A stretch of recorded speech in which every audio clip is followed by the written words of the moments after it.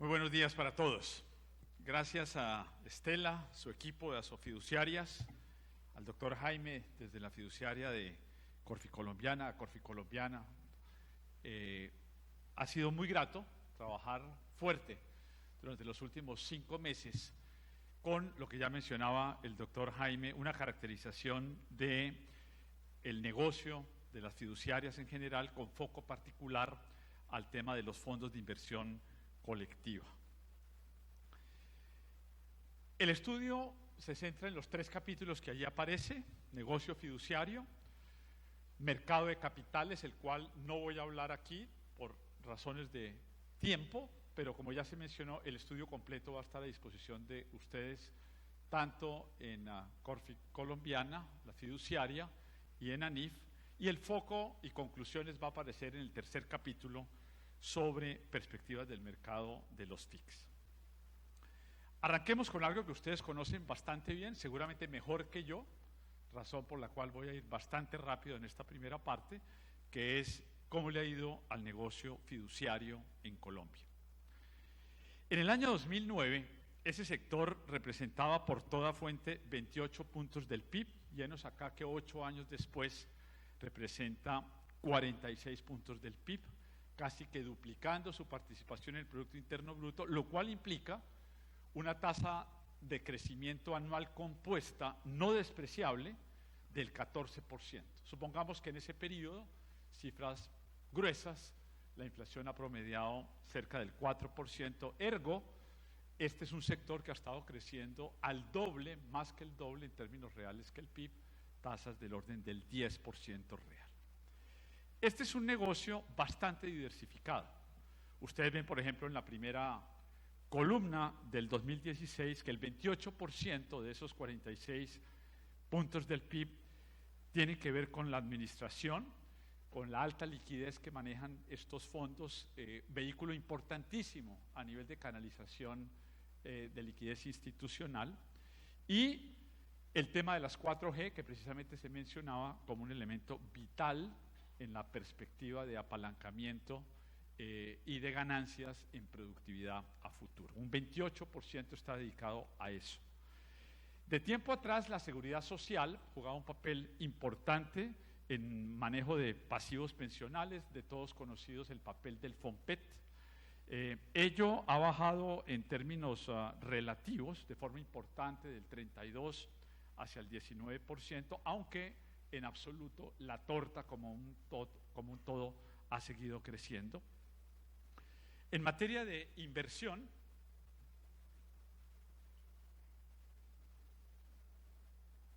¿no se estaba viendo? O sea, ustedes no estaban viendo. Rewind. Muy bien, muy rápidamente. Decía que en 2009 teníamos 28 puntos del PIB, 46 del PIB hoy día, un negocio que ha estado creciendo a tasas compuestas del 14%, es decir, 10% real, duplicando prácticamente su participación en el PIB, y la administración, el bloque de la derecha de 2016, representa 28% de esa torta, donde está la alta liquidez y las 4G. La participación del manejo de la seguridad social, muy conocido a través del FOMPET, en términos relativos cae del 36 al 19, pero en volumen total continúa creciendo. Y aquí que la nuez del asunto que quería Asofiduciarias que analizáramos toca precisamente con el negocio de la inversión, atado, por supuesto, a los fondos de inversión colectiva, que en su total representan un 30% de este negocio. O sea que uno se puede imaginar que es un negocio que maneja la liquidez institucional del país, en asocio obviamente con los fondos de pensiones que juegan un papel vital, pero un 30% de esto es de alguna manera un manejo activo, que se está preguntando por oportunidades, TIR, perspectivas, diversificación. El negocio inmobiliario en proporción ha caído del 15 al 12% del total de la torta en estos 8 años, y el tema de pensiones voluntarias, que nos imaginábamos años atrás que iba a haber una competencia importante con los fondos de pensiones, he aquí que representa menos del 1% que se tuvo por allá en el 2009 y que actualmente representa 0.4. El remanente tiene que ver con garantías de préstamos que representa el 10%. Ese es el negocio de las fiduciarias en Colombia, diversificado con una porción importante de manejo activo en el componente de inversiones. ¿Quiénes son los actores de esta película? Los actores de esta película los hemos caracterizado en 4. En el margen derecho ustedes ven bancos privados asociados a conglomerados financieros, que podría uno totalizar unos 11 fiduciarias de un total de 25. El siguiente protagonista es una fiduciaria con un perfil independiente, 4 de ellas. Las entidades públicas que se han retraído, anteriormente representaban el 20% de la torta, hoy día representan 12, quedan 4 de ellas. Y por último, lo que hemos caracterizado como entidades financieras standalone, que son 6 de ellas. El grueso de esos activos obviamente están en cabeza de los conglomerados, y esto, la fotografía no es para nada diferente de lo que ocurre a nivel de los bancos propiamente dichos, que tienen 2/3 del manejo de los activos. Y como vamos a ver de forma interesante, los independientes, en vez de amilanarse, han pasado de representar un 7% en el 2009 a representar un 13%. Es decir, vamos a ver un mercado competido donde los independientes tienen una cintura ágil que les ha permitido prácticamente duplicar la torta que ellos tenían, probablemente a expensas de las entidades públicas que se han retraído de ese 20 al 12 que acabo de relatar, mientras las otras entidades no asociadas a conglomerados han mantenido prácticamente estable su participación dentro del 6% del total de la torta. Esos son los volúmenes dinámicos creciendo al 10% real, con unos actores interesantes que, si bien hay un protagonista mayor, las entidades asociadas a conglomerados, los independientes se han movido de forma muy interesante, y vamos a ver cómo cada uno de ellos, en los diferentes roles que manejan, tienen especializaciones que les ha permitido precisamente duplicar esa participación de los independientes. Empecemos a analizar cada uno de estos protagonistas. Los bancos privados. Esos bancos privados en el 2012 tenían 23 puntos del PIB, hoy día tienen 31 puntos del PIB, saltan de 150 billones mal contados a 255 billones. Noten cómo su crecimiento a tasas del 13 nominal compuesto no es nada diferente del de la industria como un todo, lo cual no debe sorprendernos, dado que representan 2/3 partes de esta torta. Y su participación en inversión, sumado a los FICs, representa una porción similar también a la del total, del orden de 36 en el total, y prácticamente uno diría, los asociados a conglomerados hacen de todo un poquito, representando un poco la fotografía general de la industria. El siguiente protagonista, los independientes. Esos independientes han pasado de 3,5 del PIB en 2012 a 6,1 del PIB en 2016. Eran 6, hoy son 4, pero tienen más músculo y evidentemente se han fortificado. Ahora bien, su vocación de inversión en la suma de inversión fix es de menor calado. Acabo de decir que los asociados a conglomerados participan con un 36 dentro de la torta en inversión, aquí únicamente es el 16, y tienen una porción tal vez más grande en inmobiliario, donde aparece una primera señal de especialización de estos independientes, y una porción mayor en el componente de administración. Noten que prácticamente no participan en el negocio de la seguridad social, y su tasa de crecimiento compuesta versus el de la industria 14, aquí es de 20. Ello explica su duplicación en proporción del Producto Interno Bruto. Entonces, han sido unos independientes con crecimientos muy dinámicos reales, del orden de 14% real, y son tal vez los líderes de la especialización en un rubro interesante como el es inmobiliario.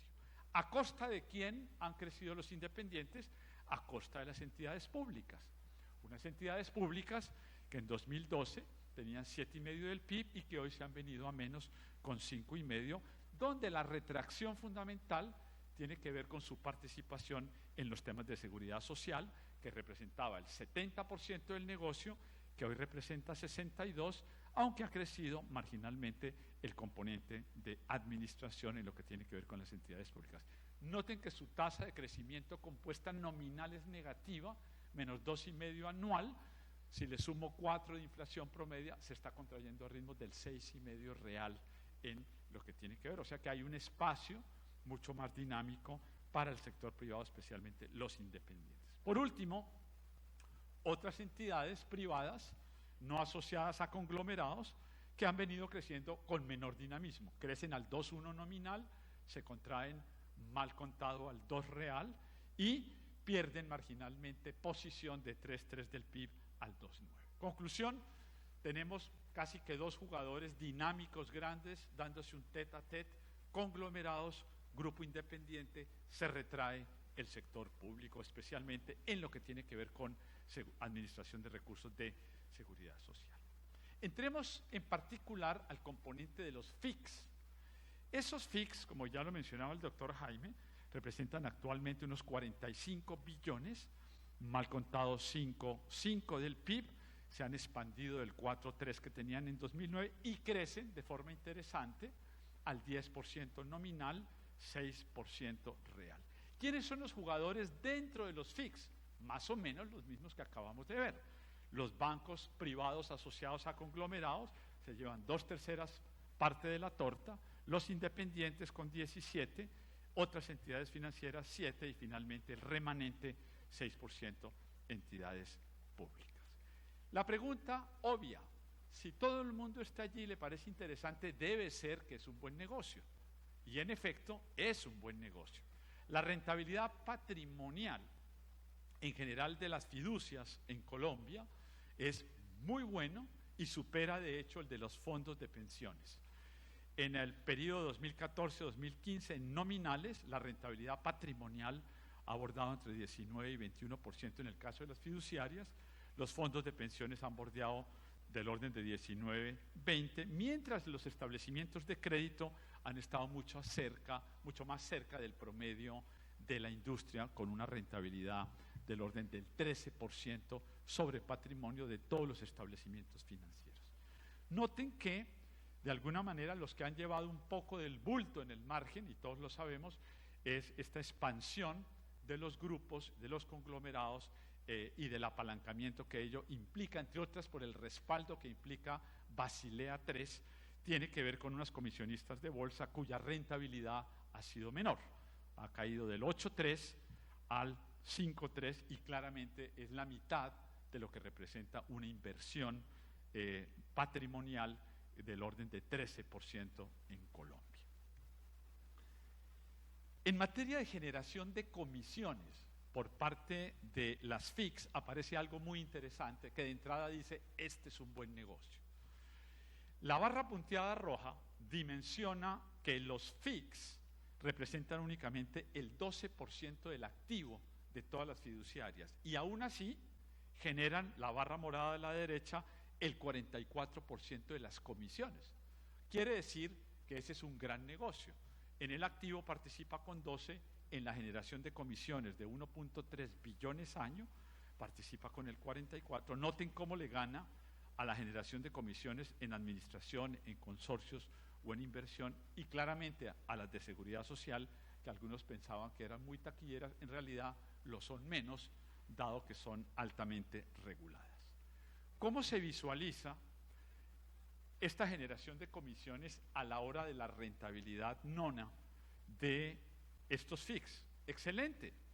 La rentabilidad implícita de los FICs contra el activo aparece en pantalla, 5% en 2012, se reduce a tasas del 2% en 2013 y finalmente ha registrado el año anterior una muy buena rentabilidad sobre el activo del 5,4%. Noten que comparado contra el ROA de los bancos, tradicionalmente alrededor del 2%, entiende uno el apetito y el gusto que tienen muchos de los que están aquí por los FICs. Es un negocio bueno, premia la creatividad en el componente de inversión y de alguna manera la preocupación que nos transmitió la industria es cómo hacemos mejor esto, cómo lo volvemos más interesante, más rentable y que dé una mayor satisfacción al inversionista, y estamos precisamente en esa razón. Noten que comparado contra el ROA de las fiducias, que por supuesto manejan muchísimos activos en administración, pues obviamente la rentabilidad de los FIX 5.4 versus 0.13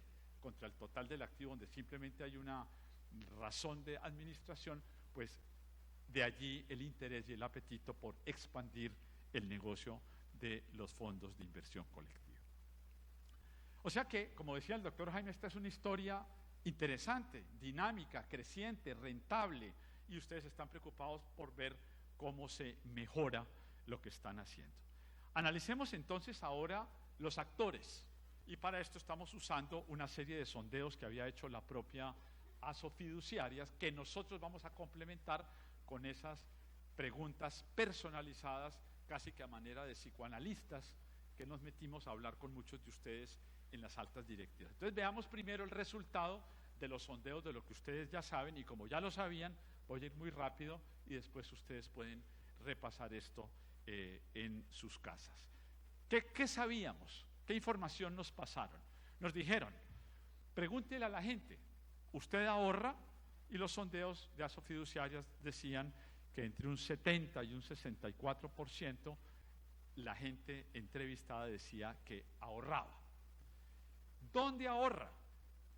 Cerca de un 55% de la gente lo hacía en bancos, en casas de cambio o casas comisionistas de bolsa un 23%, cooperativas 20%, y nos sorprendió ver información que ustedes tenían que solo el 1% veía la asociación entre fiduciarias y ahorro, donde los fondos de pensiones también habían caído de una percepción cercana al 20% a solo el 2%. Si uno le muestra este gráfico a alguien del exterior, uno dice, ve qué curioso, los colombianos confunden casi que liquidez con ahorro. Creen que la cuenta de ahorros que tienen allí es como una función de ahorro, cuando en realidad es liquidez. ¿Tiene alguno de los siguientes productos? Se le pregunta a la gente. Y en efecto, el 96% de la gente tiene cuenta de ahorro o cuenta corriente. 48% de los entrevistados decían tener un inmueble. Y noten, tenedores de acciones 11%, de CDTs 5%. Y ahorro en los fondos de inversión colectiva solo el 4%, que era lo que mencionaba el doctor Jaime. Entonces, le aparece a uno una gran incógnita entre el dinamismo, la rentabilidad, y cuando pasas a ver en la clientela, una oscura identificación entre el papel de esas fiduciarias y sus FIX en particular como un vehículo de ahorro e inversión interesante. ¿Tiene usted una inversión en productos financieros? Entre un 58 y un 64% decía que estaba asociado con fondos de pensiones. En acciones note cómo se cae la proporción entre 2012 y 2014. El efecto interbolsa seguramente tuvo que ver con ese desplome de 43 al 13, pero los fondos de inversión también se vieron de alguna manera golpeados en esa coyuntura donde baja el tema de inversión del 23 al 7%. ¿Ha escuchado usted sobre los FIX? La gente, más o menos 1 de cada 3 decía haber escuchado los FIX. ¿Y conoce usted alguna persona que tenga dineros en FIC? Entre un 45 y un 30% en los sondeos de 2012-2015. ¿Con cuál de las siguientes frases se identifica usted más? Un poco jugar al tema de top of mind de la gente. He escuchado, pero no conozco los fondos de inversión. 50%. 1 de cada 2 decía, sí, me suenan campanas, pero no sé muy bien en qué tonalidad están. Conozco un poco, un 39%, pero gente que respondiera, que sabía de qué estaba hablando, menos del 10%. Que dijera, conozco bien las frases que identifican los FIX y el papel de las fiduciarias. Bueno, se le preguntó después a la gente, ¿usted qué cree que hace una sociedad fiduciaria?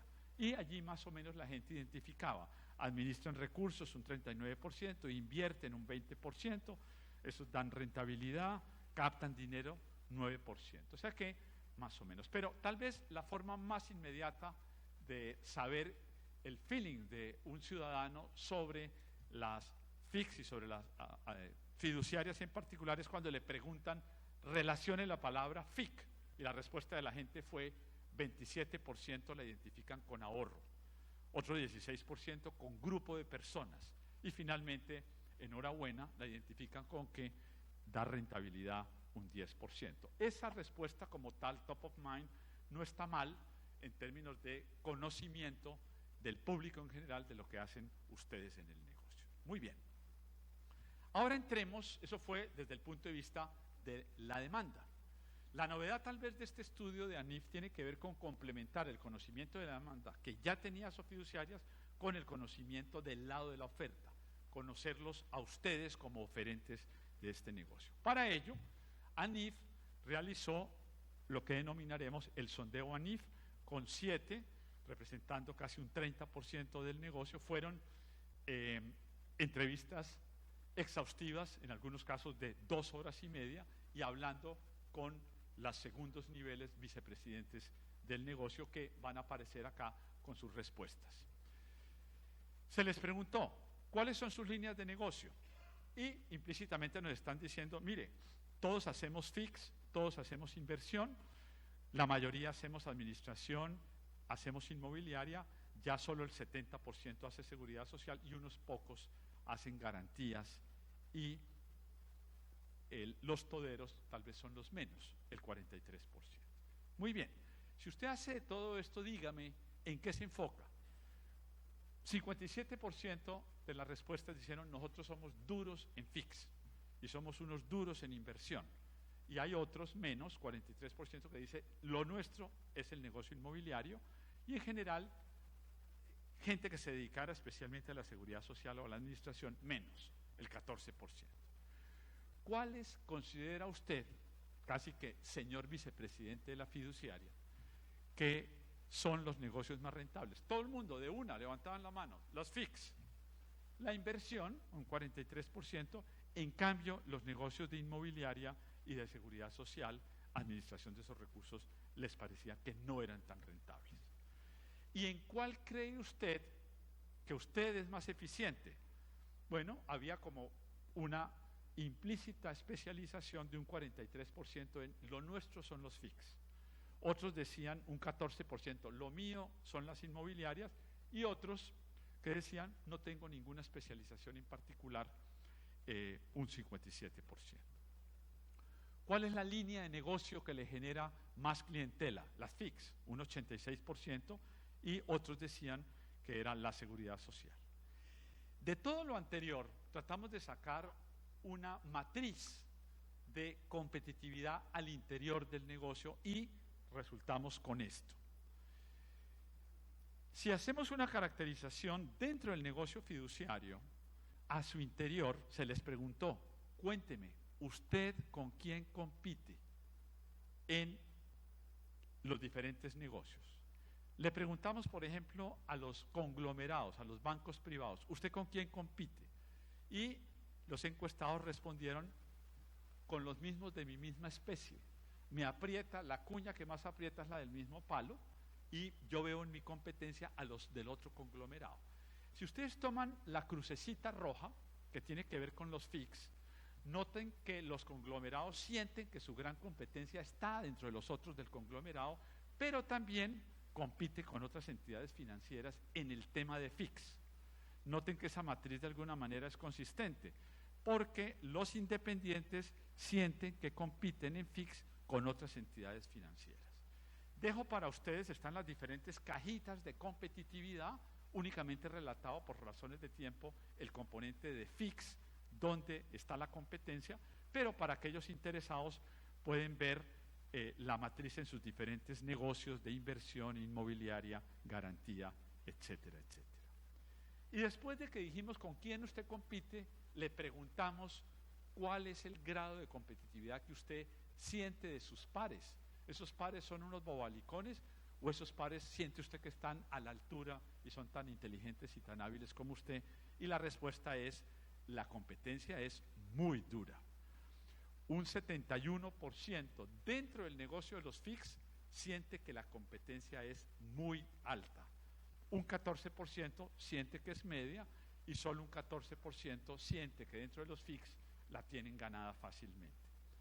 En general, el negocio fiduciario, dicho por ustedes mismos, sienten que es terriblemente competitivo. Cerca de un 90% se siente asediado por la competencia en el día a día. Bueno, ¿qué tipo de clientes maneja su empresa? 71% persona jurídica, 57% natural, 57% patrimonios autónomos y encargos fiduciarios solo cerca del 30%. ¿Cuál es el perfil de riesgo de sus clientes? Curiosamente, ustedes lo perciben como una clientela conservadora en cerca de un 90% y moderados, esto no suma 100 porque puede haber respuestas múltiples, 43%, pero la composición agresiva no supera el 30%, lo cual si uno hace la analogía con la ley de multifondos y mira la composición de los portafolios agresivos mandados por la ley del 2008, casualmente a nivel demográfico da que es un 30%, o sea que ustedes tienen una percepción muy en línea con la composición demográfica si sus ahorradores estuvieran replicando la composición demográfica colombiana, pero eso aparentemente es lo que está ocurriendo. ¿Qué porcentaje de sus clientes ahorran o invierten? Pues cuando uno le pregunta dentro de los FICs, dicen que los que están allí por un componente de ahorro es un 70%, y curiosamente hay otros que vienen es más por el componente de que quieren ver una inversión activa. Más que parquear los dineros, están buscando la rentabilidad, están buscando la fiduciaria creativa para ir a un buen proyecto con un ATIR bueno. Eso es lo menos, sencillamente solo un 30% en lo que tiene que ver con los FICs y una porción menor en lo que tiene que ver con el negocio fiduciario como un todo. En general, diríamos que tenemos ahorradores con un perfil altamente conservador donde casi que el mandato es cuídeme la platica, no se vaya a poner muy creativo, pero si se va a poner muy creativo, ojalá usted sepa lo que está haciendo y vaya especializándose, que es una de las conclusiones que vamos a ver más adelante. ¿A usted le parece que la regulación FIC es adecuada? Y el 86% de la muestra dijo, nos parece que la regulación es adecuada. Solo un 14% respondió que le parecía inadecuada, y dentro de ese 14%, cuando le preguntamos qué cree que ocasiona, la respuesta fue en un 86%, el problema es que me frena la expansión de mis negocios, en lo que tiene que ver con el componente de inversión. Seguiría aquí el componente del mercado de capitales, que voy a hacer caso omiso de ello, está en la web, ustedes lo conocen muy bien, y voy a saltar directamente a las conclusiones. Primero veamos la dimensión de lo que estamos hablando en materia de profundización financiera y de mercado de capitales. Hemos dicho, en síntesis, los activos creciendo al día es real, un mercado de conglomerados dinámico con unos independientes que le compiten y que ha ganado mercado, y una demanda que, si bien lo hace casi que por la motivación del ahorro más que por la inversión, tienen la percepción de que algunos se están especializando en inmobiliaria, menos en seguridad social, y que los FICs, que hasta el momento podría verse como un vehículo sonso, es un vehículo que vamos a ver que regulatoriamente se ha catapultado y tiene una gran perspectiva de crecimiento. Veamos eso a continuación. Ya lo decía el doctor Jaime, el valor de los activos FICs en Colombia realmente, aunque ha crecido de 5 a 7 puntos del PIB en los últimos 8 años, pues deja mucho que desear respecto de Chile con 18, respecto del Brasil 50 y respecto de Estados Unidos. Esto prácticamente es carbon copy de lo que le ocurre a Colombia cuando usted toma cualquier variable financiera, sea crédito, sea profundización del mercado bursátil, sea profundización del mercado de deuda pública. El remanente es que hemos ido creciendo, estamos en múltiplos 2 o 3 por debajo de Chile y estamos años luz de lo que ha ocurrido en Brasil o Estados Unidos. O sea, en ese sentido, los FICs cumplen el patrón típico de un instrumento financiero que está tratando de despegar, que va con buena trayectoria y que a pesar de su expansión en términos de 10% real que hemos hablado, todavía deja mucho que desear. Quiere decir que el upside es muy bueno. ¿Quiénes administran FICs en Colombia? Nuevamente, en más de un 75%, los actores están acá, son las fiduciarias. Comisionistas de bolsa mantienen un 24%, no muy diferente del 20% que tenían en 2009, y esas sociedades administradoras de inversión se han venido a menos, eran el 7 en el 2010, hoy representan menos del 1, y ello totaliza los 7 puntos con una expansión de los FICs propiamente dichos del orden del 13%, es decir, un crecimiento del orden del 9% real. Para concluir, si esto va bien y podría crecer mucho más, veamos qué piezas de ese rompecabezas se pueden mejorar.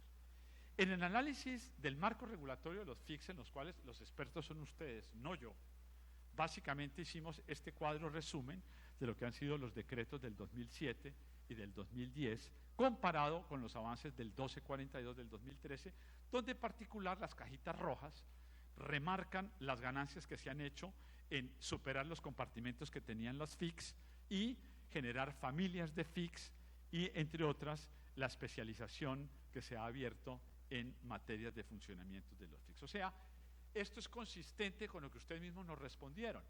Le aprieta el zapato en el marco regulatorio, el 80% de la gente dijo, no, ese no es el problema.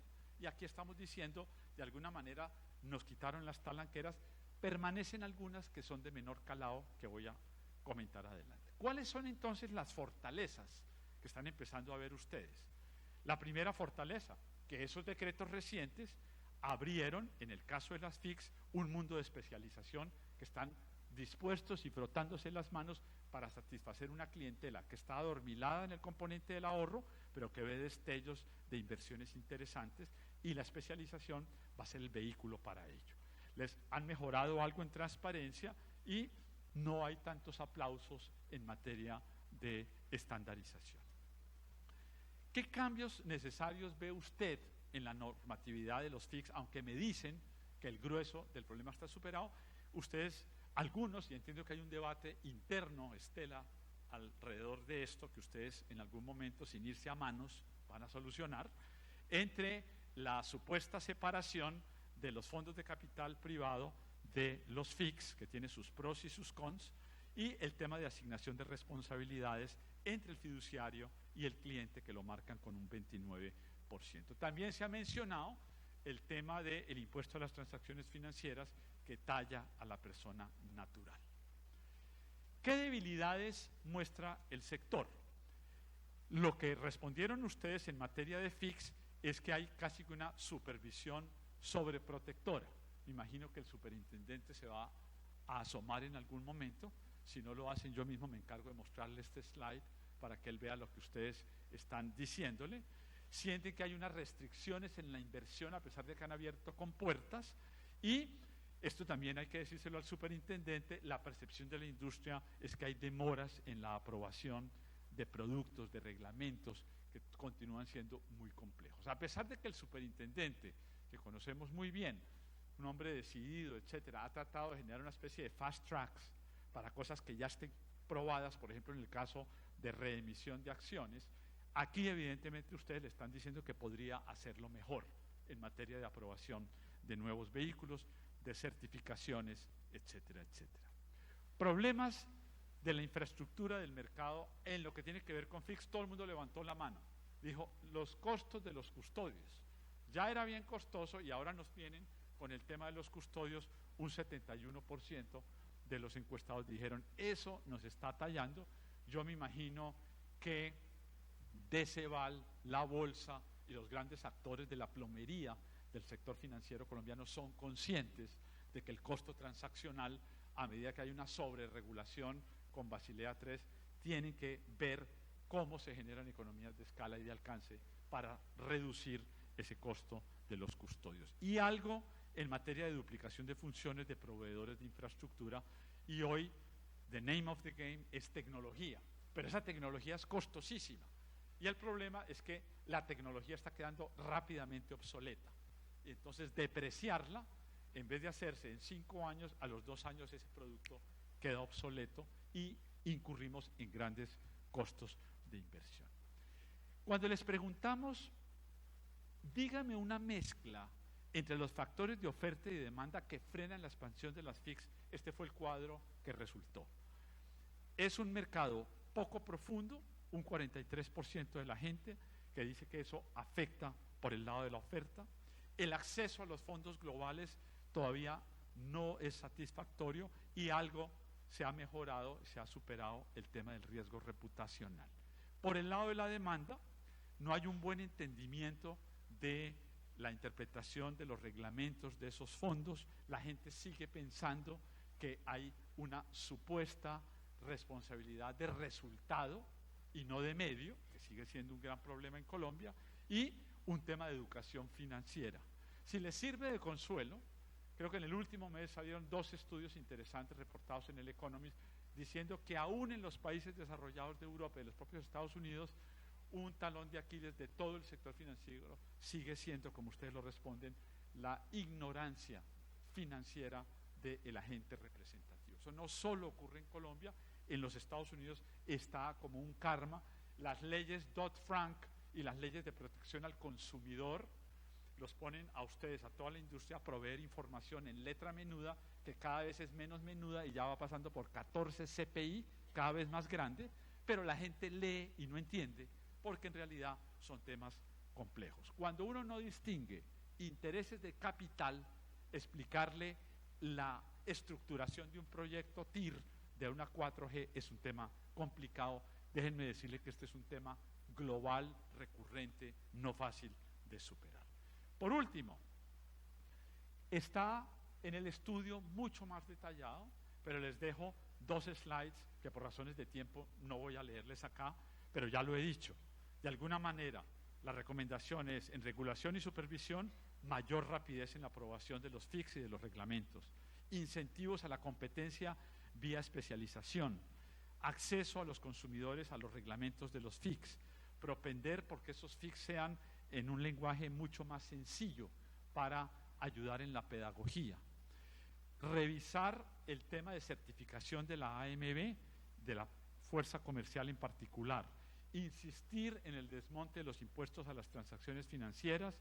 Este es un tema mucho más de pedagogía con el propio Congreso, y el propio gobierno de alguna manera entiende que, dado que es de fácil recaudo, no molestemos con eso, de alguna manera perdiendo el horizonte en cálculos que ha hecho ANIF, por ejemplo, de que si usted ganara 10% en eficiencia del IVA y del imporrenta por un desmonte de menor uso del efectivo, en el vuelta de 2 años se autopagaba el recaudo de 0.5, 0.6 que hoy se hace por el impuesto a las transacciones financieras.